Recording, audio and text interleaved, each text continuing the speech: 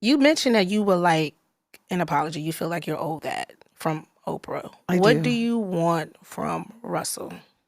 Oof. Tough. You know, what I want for us as a people, hip hop and Black people, is healing. I want that for us. I want for us as Black men and women and Black people of whatever gender identity to make a decision not to emulate the worst things in mainstream culture. So just because they may have men who are getting away with it doesn't mean we can or should emulate that. We clap on the 2 and the 4 when we season our food. We can do things our own way. Okay. And we also can't afford it because we're way more vulnerable than they are. Mm-hmm. So if we are out here harming ourselves and each other and harming our women who are like the backbone and love our men to the ground, Yeah. all we're doing is making ourselves weaker, which actually enables the white supremacist status quo. Like we actually need to be stronger. So that's what I want for us. What about him? Yes, because I need to know. I need to know. I would love to just hear you say honestly, in your hearts of hearts, what do you want from Russell? What is it? An apology? Is it saying I admit to what I did to you? Is it that? Is it jail time? Is that something I struggle that you with that want? too, because I mean, I struggle with, the whole because allegedly a crime was incarceration. committed. Oh yeah. Let me change the course of my life. And of all of his victims' lives. And I distinguish between being a victim and a survivor. I am both, because not all victims do. So I'm just going to say it changed the course of many lives. Some of us who are here, some of us who may not be here. Mm-hmm. Because my DMs be a popping. With all testimonies. That's right. Yeah, absolutely. Especially in hip hop. Especially being a woman within this culture is difficult. I would like for him to just go away. Go away? I mean, he's technically in Bali. He's back. Oh, he's back. I didn't know that. He's in LA. He's back. He's back. And make us whole to whatever extent he can. What make will make whole. You whole? Something. What would that be for you? I don't know. I don't know the answer to that. So you're not quite sure what you want from him? I'm not quite sure. Lighten our load in some way. Would it be coming forth and saying, these women aren't lying, they're telling the truth, and I'm sorry? Or even just not the sorry, but just coming, to the forefront and saying, Drew Dixon, that did happen. And I'm letting the world know that I did do that to you.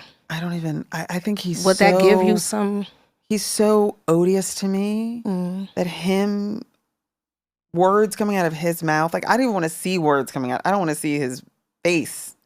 So him speaking words, I really just never want to see him again, which is impossible because he's like a global brand. Yeah. He's literally a global brand. So that sucks. I just, what I really want, it's less about him. It's about the people who enable him. Stop. Still enabling him. Stop inviting him to things. Stop taking pictures with him. So you really want him to go away? Just go away. To no longer exist in hip hop. I just don't want to see you. Fall back. You aren't worthy of any of us, of any of this. I know earlier you mentioned that you're healed. Those were your words, right? You feel healed. I'm healing. So it's still a process. It's a lifelong process. Okay. I'm healing. Okay. But I am strong enough to be angry, and that took some time. So you're okay with saying you're still angry? Mm-hmm. Okay. And that's fair. Now, I did read something where I felt like at one point, did you guys have a conversation where he kind of apologized to you. Oh, he did. Yeah. So, I mean, Russell Simmons is the king of hip hop. So, as long as I was still in the music industry, I was bound to run into him. So that happened quite often. But there was one particular time when I was at an event with Clive Davis, and I often would be out with Clive. If Clive was out, I was sort of at his side. Keith Naftali, Peter Edge, and I were kind of like often right there with him. And we were at some event, and I got up and I walked away from the table where I was sitting with Clive, and I was sort of like walking through the crowd, maybe near the stage. I'm not even sure what the event was anymore. But Russell tapped me on the shoulder, and I turned around, and it was like, seeing a ghost. I mean, I would see him around, but I obviously was always unpleasant. But I always had to have my poker face because he's still Russell Simmons, and I didn't want him to be an enemy. Wow. And he said, I just wanted to let you know that I'm sorry. And I do yoga now, and I have daughters now, and I realize it was fucked up. And I'm just sorry, and I hope we can be cool. And I was just like, we're cool. We're cool. I mean, the last thing I wanted was beef with Russell Simmons. Right. I mean, even though I was doing well at Arista and was working with Clive, Russell Simmons was way more powerful than I was. I couldn't afford that. And there was also another point where I was involved in Arista's acquisition of Profile Records. And Run DMC is really the biggest artist on Profile Records. And Leor Cohen had actually called me about that deal and sort of was fishing to find out if I was going to be a problem for Joey Simmons' run because of what happened. And I was like, no, I'm cool. Like, I would be thrilled to work with Run DMC. I love Run DMC. I'd be honored. It's all good. And then I saw Russell again kind of around that time. And I said, I just want to let you know, like, I would love to work with your brother, and it's all good. It's all good. Again, like, what am I gonna do? He's Russell Simmons. Yeah. So.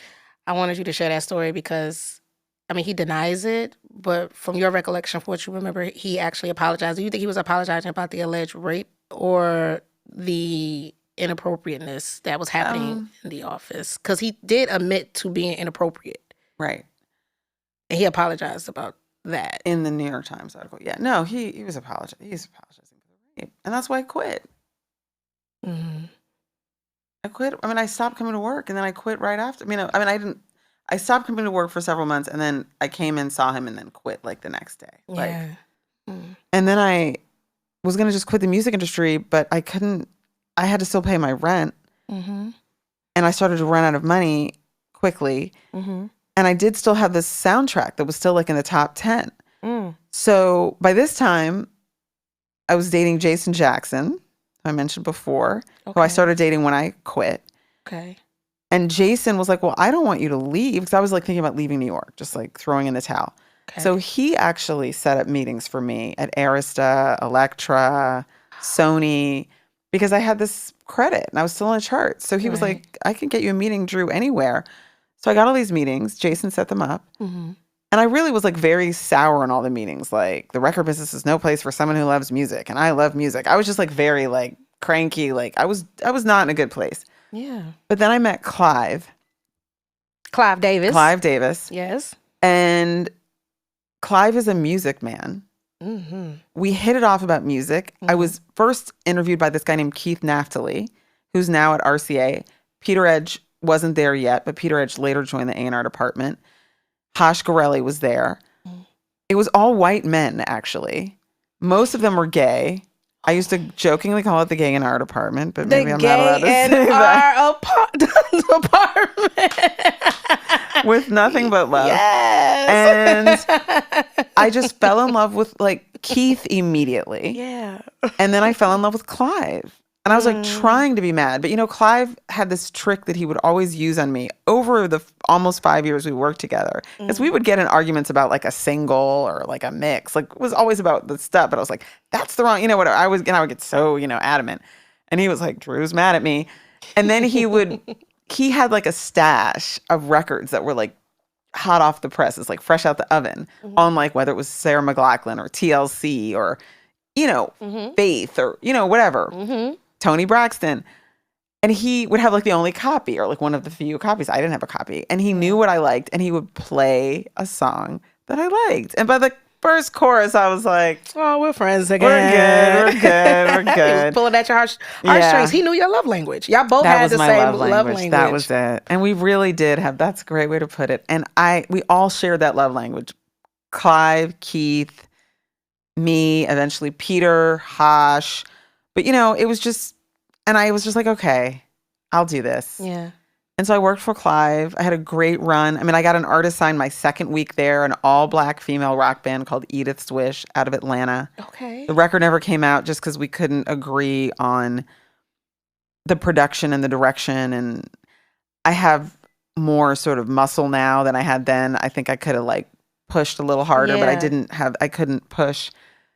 But I got them signed in the first 2 weeks, which people were like amazed. They're like, what? Like, you've been here 2 weeks? And, and then, I started to find songs for his artists. So I basically tapped my hip hop network to get songs for his megastars. So, Lauren was my friend. Lauren was working in the Miseducation.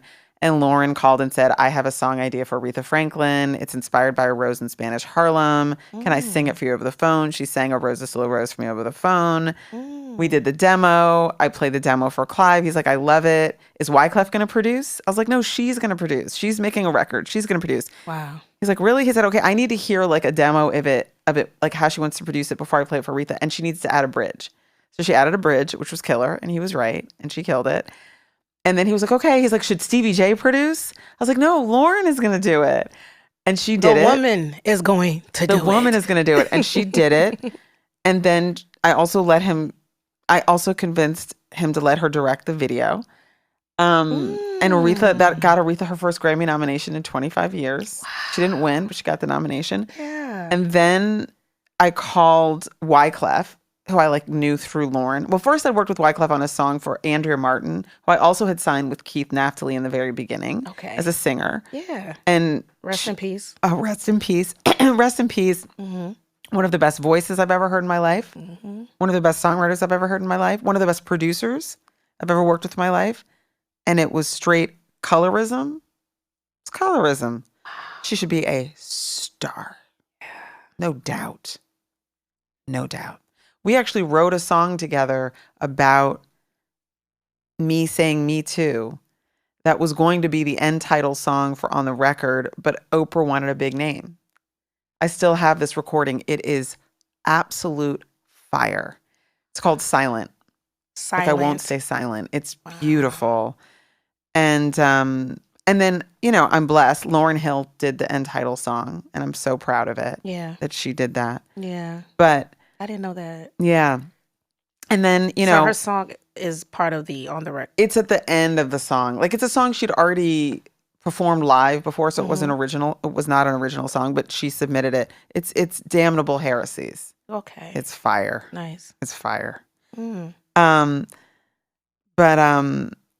so then through Lauren and really Jason, I knew Wyclef as well. And Wyclef had worked with Andrea. And then Wyclef called me and said, I have a song idea for Whitney called My Love Is Your Love. My Love Is Your Love. And he played it for Whitney me, Houston. and I brought it in and played it for Clive. And then he also called me one day and said, I have a song idea for Carlos Santana. And that was Maria Maria. And then Montel Jordan, who I'd worked with at Def Jam, called me one day and said, I have a song idea. And I think it was at the time for Whitney.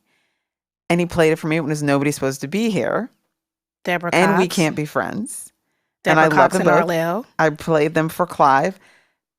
The A&R department wanted to give it to Faith, and I love me some Faith, but I was like, but Deborah needs to break. She didn't break on her first album, and Deborah can sing. And I pushed that from Faith to Deborah, and Deborah knows it and always acknowledges it and thanks me. So that's how Nobody's Supposed to Be Here happened. And then I met Q-Tip sort of through friends, and so when Try broke up, I signed Tip. Vibrant Thing was the first single on the album that he put out on Arista, although it was also on the Violator compilation. And then Breathe and Stop was really our first exclusive first single, but that came out just as Clive was being ousted. So that got lost in the cracks. And I also signed Brand Nubian for a reunion album, which was like a thrill because they were one of the groups that inspired me to do this in the first place. Like I met Alamo at Howard back in the day. So I was like, yo, and he called me and he was like, yeah, we want to do a reunion album. And I signed that, you know, and I was so proud to be part of Foundation. A Rose is Still a Rose, a hit, Aretha Franklin. You're back with that. And then you have Maria, My Love Is Your Love. I think My Love Is Your Love was first, then Maria. Nobody's Supposed to Be Here. I'm just still stuck on that. Like I mentioned Tupac earlier. Do you have a Whitney Houston story that you would like to share? You know, one of my favorite Whitney Houston stories is, well, I have two. Well, they both involve Lauren. One is when Lauren produced a record on the My Love Is Your Love album, which is a cover of Stevie Wonder's I Was Made to Love Him. So I Was Made to Love Her, but it's I Was Made to Love Him on Whitney's record.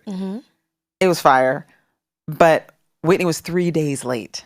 Not hours, days. And I was supposed to meet my cousin for a vacation, and I was like late, and my cousin was alone in the hotel, and her parents were all mad at me because she was like on her college like semester abroad, and she was like alone in the hotel. Right. That's one Whitney story. But my favorite Whitney story, also involving Lauren, I was hanging out with Lauren at her house one day, like a bunch of us, probably Jason, Suzette Williams, like the crew. And we were going to see a movie, and Lauren was, I think, driving, and she was playing us her remix with the Bob Marley, like Turn Your Lights Down Low. And so I'd never heard it before. I mean, it's fire. So it's like blasting in our car. We're like all like, you know, whatever. And somebody is following us. Like every light, somebody's flashing their headlights and they're like zooming and like we're trying to lose them. We're like, who is this person? And then finally we can't lose them and they pull up. It was in a Hummer next to us at the light. And it's Whitney. She's like, getting chased down by the Whitney Houston. Yeah. Was she by herself? I can't even remember. Wow. I can't even remember. That's We're a good like, well, one. that is something else, right? That's a good one. So that's, yeah. And then Nobody's Supposed to Be Here, iconic hit, another one, Deborah Cox. You was responsible for bringing that to Deborah because it was initially made for Patti LaBelle. Patti LaBelle? That was written for Patti LaBelle. By Montel Jordan. By Shep Crawford and Montel Jordan. Okay. Shep Crawford is a songwriter who was out of Atlanta. Okay. Who had worked with Montel. Okay. And they wrote that together for Patti. Wow. And Patti passed on it. Patti passed. And they played it for me and I was like, what? Give it to our client. That's right. Here, and I was like, yo, Deborah can sing this into the ground. And she did. And she sure did. And you're responsible for that. Yeah. Gotta give it up to you for that because that's huge. And then you followed up with her and RL. RL, that's right. We Can't Be Friends. Who was, you know, I had also been part of Signing Next, KG's group. I was involved in that. That was, you know, Clive, Keith. We all kind of brought that in. But I was working with Next, and I was like, wait, you know, RL, you know, could do this. And I love that song so much. But, you know, I tried in my way at Arista to still represent for hip hop. Yeah. You know, so even though these were R&B records or even like Maria pop record, it was Clef. It was hip hop infused. It was hip hop, you know. Sure. And it was hip hop. My Love Is Your Love as well. It's hip hop. Yeah. It was hip hop. You can even see Whitney Houston kind of, that's exactly right. Bopping in the video. Exactly. She was giving hip hop vibes with her leather jacket and curly like fro. Like hip hop, but like hip hop soul with swag. Yeah. And soul, but uplifting. Not corny uplifting. But if you listen, A Rose is Still a Rose was that's right. So I always tried. Yeah. You know, whether it was the duet, like in my way, you know? That's why you're so important to this show. You're so important to the culture. And that's why it was big for me to have you here. Thank you. You know, so we could talk about the impact and the influence and the contributions that you gave to this culture. It's so special. One other thing I'm proud of is the Brand Nubian reunion. We had that record with Loon on it. Loon. Get Your Back Up Off the Wall, because I signed Loon. Yes. Loon ended up on Bad Boy, really, because Arista couldn't figure out what to do with him, and I think Reid didn't know what to do with him. So when LA came, Puffy was like, what if I take him? So when Puff offered to take him, I was like, you should just do that.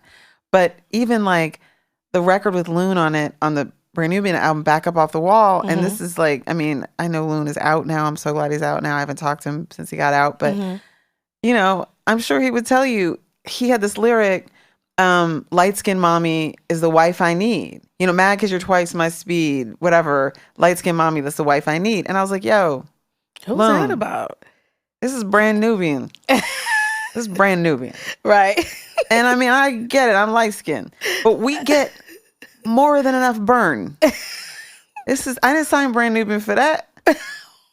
You know, I was like, So come you were on. cognizant of what was going on. Absolutely. Yeah. And he changed it. And I was also like, I don't think they're going to be cool with that. But even before it got to that, I was like, yo, Loon, come on now. Yeah. I was like, I love your little hook. Let's spread here the and love, everything. brother. But nah. And again, that's not like, I mean, you know, like I appreciate the love and everything like that. But nah. Right. Yeah, I mean, like. And you already see where Andrew Martin was dealing with the colorism. That's exactly right. That's exactly right. Yeah. And, you know, it's kind of like the rebounds. I go back to my rebounder mentality. Yeah. How can I use my life, my time on this earth, my time in this industry, my time in this culture to help, like, just move us forward? Damn. How do I move us forward? And I felt like hip hop was this force. Yeah. That was moving us forward. And then it became commercial and it became a lot of other things. It still is that in a way. It's other things. And Black wealth is a way of moving us forward. But we also I have learned, a couple of Black billionaires does not make us all free. Talk about it. So now I'm speaking up for survivors. I try to center Black survivors. Yes. Because a lot of us didn't feel like the Me Too movement, Right. we was a part of that or felt Not like at that all. was our fight. And a lot of us still don't Absolutely feel that way. not. It was started by a Black woman. That's Shout out to right. Tarana That's Burke. right. But I don't feel like it became on a bigger scale, on a grander scale after the Harvey Weinstein. When mainstream media took it, what they wanted, the movie stars, that was the headline. That's what sold newspapers or whatever. I don't even know if that clicks. Also, that's what got clicks. Right. And even me getting this lane to be featured in this film, like, I'm not stupid. I get how I read. I get it. Right. So it's like, okay, but if you're going to give me the microphone in the lane, let's talk about my sisters. Yeah. Let's talk about all of us. Yeah.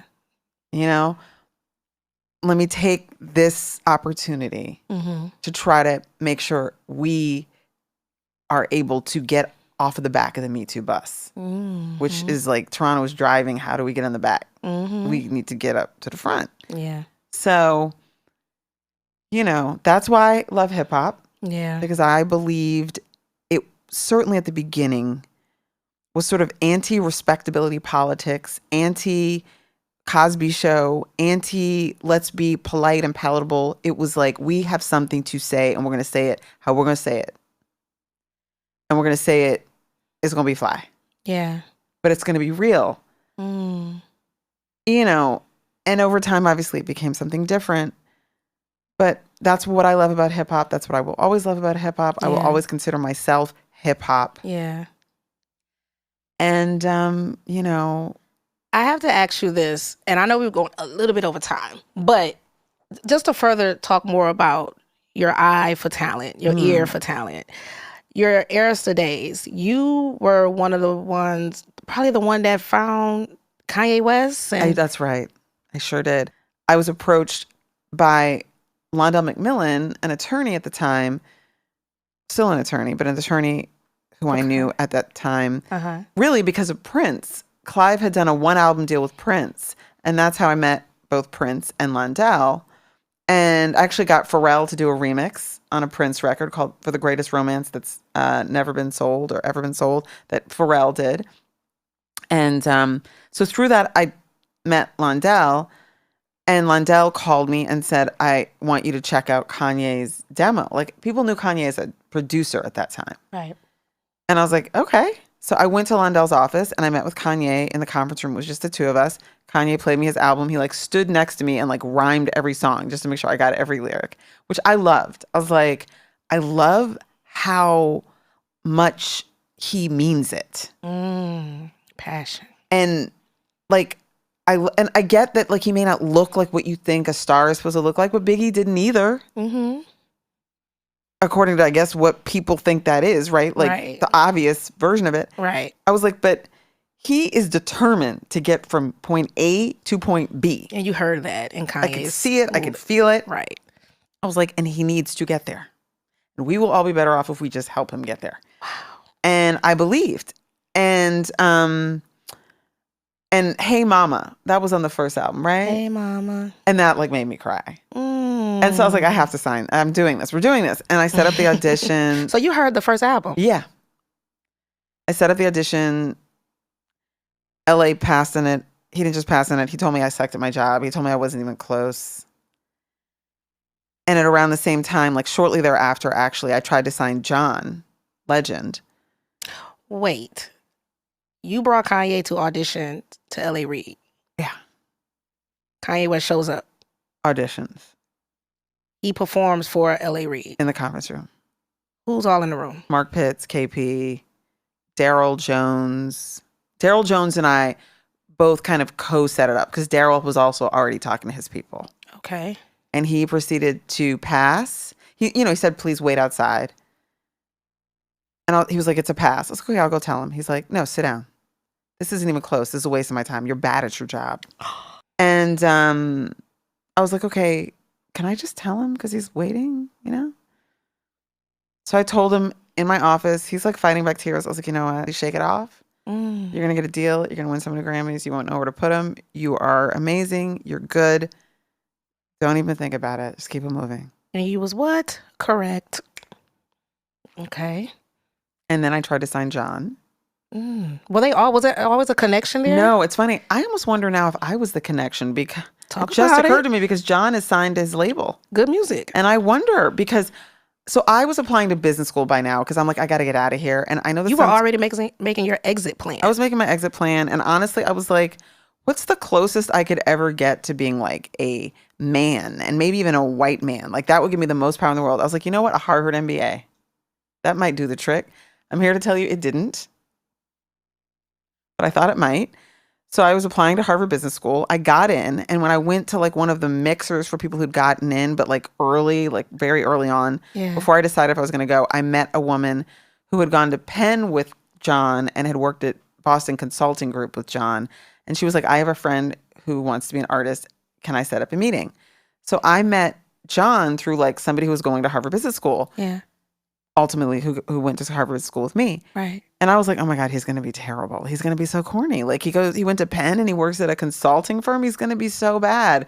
But whatever. If I do the judgment of it all, Drew. Oh my God. I was like, but if I do decide to go to Harvard Business School, I don't want these people to think I'm obnoxious because I'm like a record executive. So I'll be nice just to make sure that I'm, Kenna and I are cool. I don't want to start off on the wrong track with these people. Like, sure, I listen to him. I'll listen to it. So he comes in and he like plays me his demo, which was basically the Get Lifted album, except Ordinary People. And I was like, well, damn. Who was wrong? You. Damn. And then he had a show at SOBs. He was like opening for somebody, I think. Wow. And I went and I was like on the front row and he was like all like making sure I could see. I was like, oh my God, you're killing it. I played his demo. He was John Stevens at the time for LA. LA was like, okay, cool. We can set up an audition. And then like the day of the audition, he was like, never mind. And then he was like, okay. He changed his mind again. He's like, okay, fine. And then we set up an audition at SIR, like booked a room, paid for it. John like took the week, rehearsed with his band. Not only did he not show up at the audition, he told the whole senior staff not to go. So I went to the audition with my assistant, Lesvia, and we sat together in all the folding chairs. They were empty except our two chairs, and John and his band just did his set for us. So John Legend gets the boot. No. Got the boot. And look at him now. Yeah, and Kanye got the boot. And I actually just literally sitting here with you now, I wonder if they connected through me. I wonder because that is the common thread. I hadn't even thought of that. Mind blown. And then years later, after business school, John hired me to run his label, which I did. He'd already signed Estelle. He played the album for me. He thought it was done. I said, she's dope. This is dope, but I don't hear a single. You are not done. I worked for Clive Davis. I learned to make records with like 5 first singles. And you are John Legend. Let's call will.i.am. I'll call Wyclef. You call Swizzy. Call Kanye. And we got great records made. will.i.am made American Boy. It didn't have Kanye on it. will.i.am made Just a Touch, whatever. Like, Clef made 2 dope records. So you were part of American Boy. That's right. And with Kanye on it. That's right. So American Boy was done. John Legend let you hear that. Is that what that is? American Boy didn't exist until after I started working there. I said, call will.i.am. Because American Boy got made while I was running his label. Because she was signed to him. She was signed to him, but the album that he thought was done didn't have American Boy on it. And he said, no, we need And I was more. like, we're not finished. Right. He called will.i.am. He was like, okay, will.i.am's going to be in Miami for the Super Bowl. I'm going to Miami for the Super Bowl. If Estelle comes to Miami for the Super Bowl, we can book Circle House and record. So I called Julie and Lior, reunited with them again, which is part of why I quit right after American Boy blew up, and I was not there sitting in the front row at the Grammys when it won 3 months later, because I couldn't tolerate being around all the people who'd been enablers of Russell at Def Jam. Yeah. And like smiling in their face to get stuff done for Estelle was re-traumatizing. So I quit and didn't get the American Boy bag either. But so American Boy got made that weekend at Super Bowl weekend at Circle House because I pushed John to keep going. Came back. I was like, oh my God, that's a smash. Estelle correctly said, it's too pop for me. So we kept cutting. She made dope records with Wyclef, Swizzy, Shine, which became the title track, which I actually co-wrote. And it was my idea when we were mixing Shine. I was like, that should also be the name of your album. That's why the album's called Shine. And Estelle was right. She loved American Boy, but she's like, it's too pop. It's too pop. Meanwhile, Kanye kept saying he was going to produce a track for her, but he was so busy, touring, promoting. I think he was on like the Glow tour, whatever. So finally, I was pushing my kids in the stroller one day. My kids were like, my son was like 3 months old when I started working for John, and my daughter was 2. I was pushing the kids in the stroller one day, and I'm listening to American Boy on my iPod, not my iPhone, my iPod. And I'm like, take it back. I'm like, wait a minute. This is the single. Estelle is right that it's too pop. Kanye is too busy to produce a record. But what if he just spits 16 bars on this record, and then we can be done? And so I told John, I told Estelle, they were like, great, but he's busy. My old assistant, Les Villa, the one who sat next to me at John's audition, was now working at Universal in the promotions department, marketing. And I said, can you pull up Kanye's tour schedule and see if he has any time in New York City, like in the next couple months? Yeah. She said, yeah, there's a 48-hour window coming up in like 2 weeks.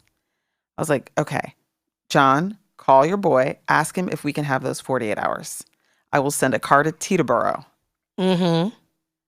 My stomach growled. I will send a car to Teterboro. Didn't hear it. And bring him to Platinum. Because even though it was will.i.am's record, we were at that point mixing at Platinum, Clef Studio. Clef and Jerry Wonder's studio. Sent the car to Teterboro. Kanye comes. I'm there. He comes in and he goes in the studio and he's like, first of all, we talk about the fact that I tried to sign him. He remembers. I was like, do you remember? He's like, do I remember? Why do you think I'm here right now? That part. Come on. This is before Kanye. Like, Kanye, I used to be able to talk to Kanye when he did the Taylor Swift thing. I called him. I'm like, what are you doing? He called me back. I'm like, dude. And then I'll be honest, when he started dating Kim, he changed all of his numbers and he lost touch with all of his people. And I've never been able to talk to him since. And it's devastating. But so he comes in. He's like, the American Boy track is up. And he's like, but he's not saying words. And like, he's like opening up track after track. And I'm like, has he not written anything? Like, I'm really worried. Like, he's on like the 4th track. And then he's like, okay, open up another one. And then he starts doing the words. And I'm like, oh, he does that for cadence. So he does like multiple tracks for cadence. We know this now. Now. Yeah. But I didn't know that. I was like worried. And then it was like fire. And it was absolute fire. But then it was 48 bars. It wasn't 16. Look at that. And we only opened the top.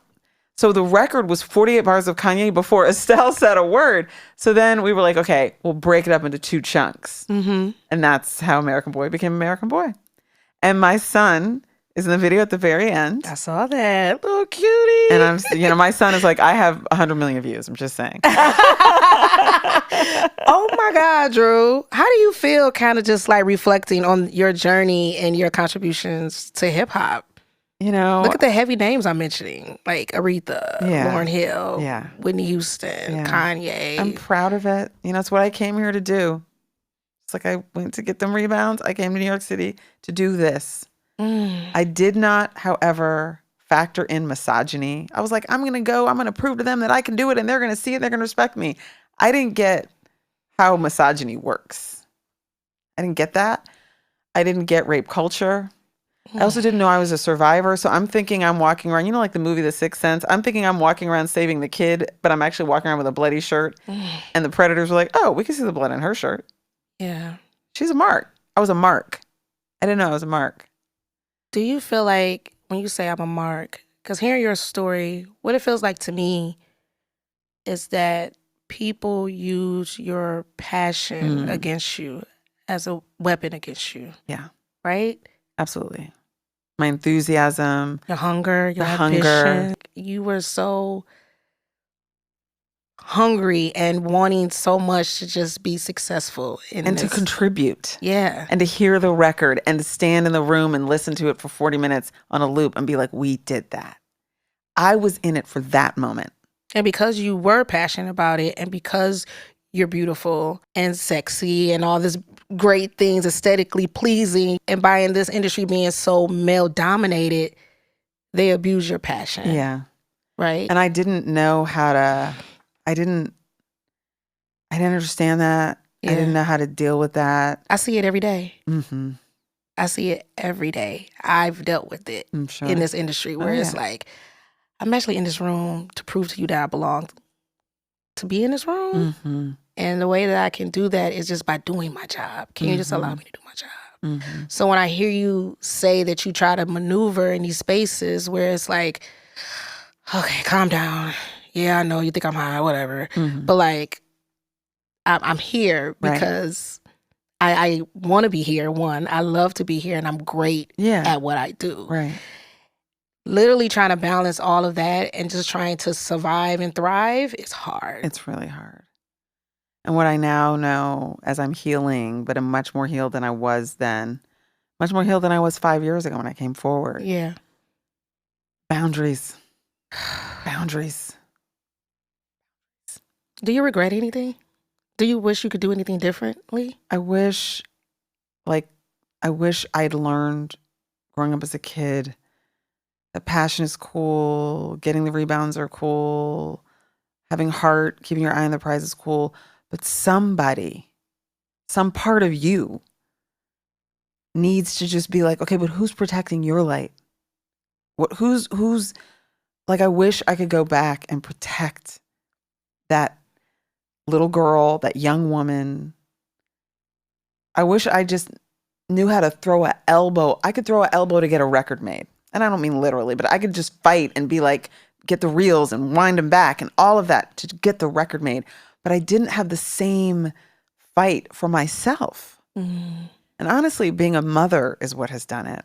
Mm. Because I had to learn to show up to create boundaries for them. Mm-hmm. And honestly, like something happened to my daughter literally a year ago where somebody did something horrible to my daughter to hurt me.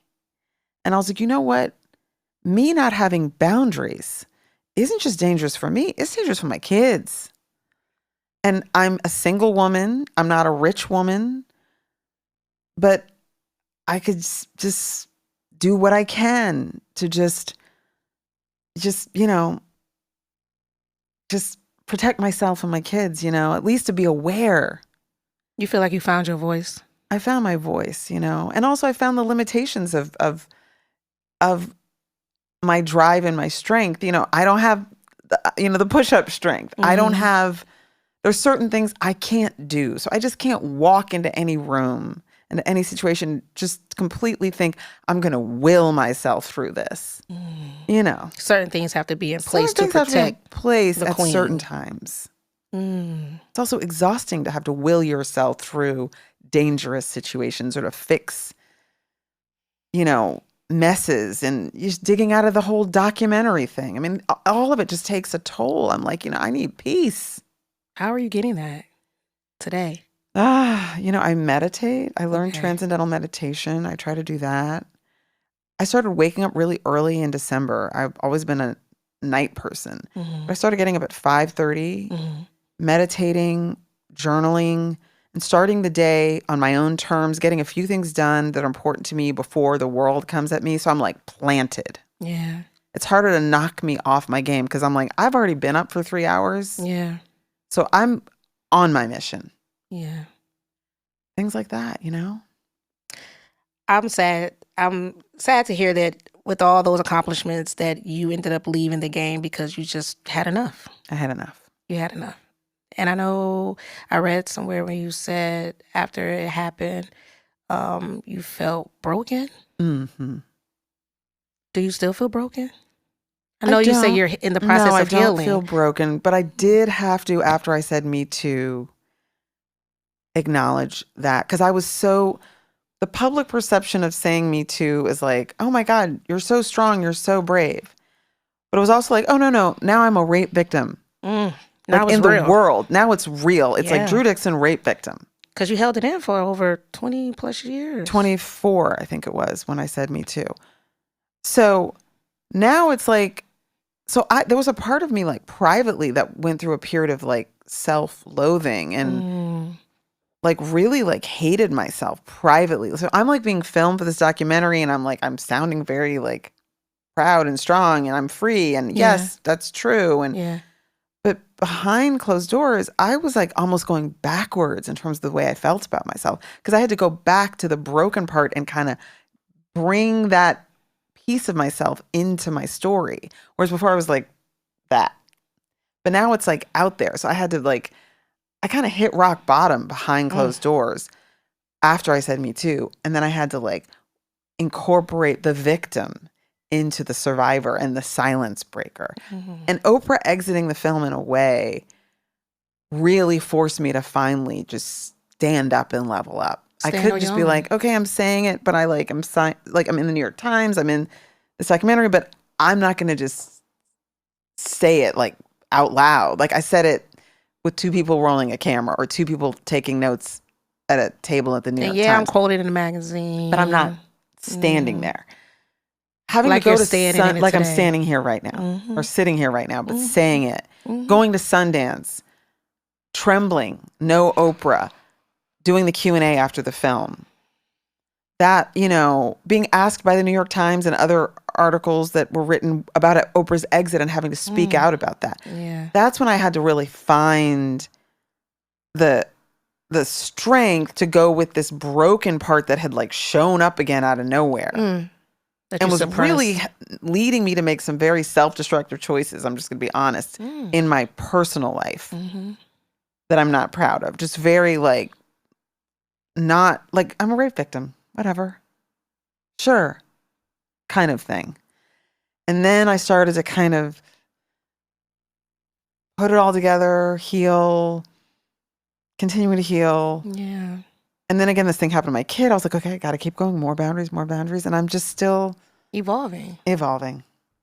Yeah. I love that for you. Thank you. I really do. Is there any advice you want to give to any woman out there if they feel like they're struggling with speaking up? What would you like to say to them? Yeah, so I would like to say to any woman, girl, boy, man, person, but I want to center women and girls, for this setting, who feels unsafe, trust that. You guys have technology that I didn't have back in the day, email, and an idea that I've come up with that I suggest from time to time is if something happens that makes you feel like you're being taken out of your comfort zone and it makes you feel like a little bit of a way, like in your stomach or whatever, email yourself with like the subject line, yuck or yikes. And then if it happens again, reply to all, even though it's just you, with whatever, and describe what it is in the email. If it happens again, reply to that email, which is you replying to yourself, and do it again. Write the next thing. If you have to do it a third time or a fourth time, I would invite you to compare the fourth email to the first email. And you might be shocked by how big of a difference there is between something that you think is just yikes now and what was yikes 4 times ago. Because you may be getting groomed away from what was like a yikes before. Something that would be like, what? If it had been the first thing, is now, yikes. If that happens, now I would invite you to forward that email thread to somebody you trust. Because now you've done a couple things. You've spared yourself having to repeat it again, which is traumatic. You've got timestamps, which could be valuable legally or in some other way. And you now can enlist another person to join you potentially in helping you find safety and navigating out of the situation. So that's just a small thing that I've thought of, you know. That's super smart. Thank you. Because you're documenting. Yeah. It's the feeling. Yeah. It's a feeling. It's a feeling. Because I look at what Russell did in the beginning, which culminated with a rape 18 months later. And the little things were like, oh, you know, comments on the phone. And I was like, ugh. You know, pulling me aside, coming out of the bathroom in a restaurant. That was actually not a little thing. But it got worse. And it's going to get worse. So trust your gut. And if you don't trust your gut enough to like make a big announcement and make a big deal, just tell yourself, you know, and love yourself. And make space for the part of you that's strong and proud, and make space for the part of you that's afraid and not so sure. They're both real. They both deserve your compassion, our compassion. You know, you don't suddenly become like a survivor and like not a victim. I'm going to be a victim for the rest of my life. I'm also going to be a survivor as long as God gives me breath. There you go. I'm going to be both things forever. And that's okay. Yeah, that's okay. That's beautiful. Thank you so much, Drew, for being here. All right, you guys, that is a wrap for Woman in Hip Hop Podcast with Jazzie Belle and my beautiful, beautiful guest, Drew Dixon. Make sure y'all continue to support her and everything that she does, and support this podcast at Woman in Hip Hop. And I will see you again soon. Deuces.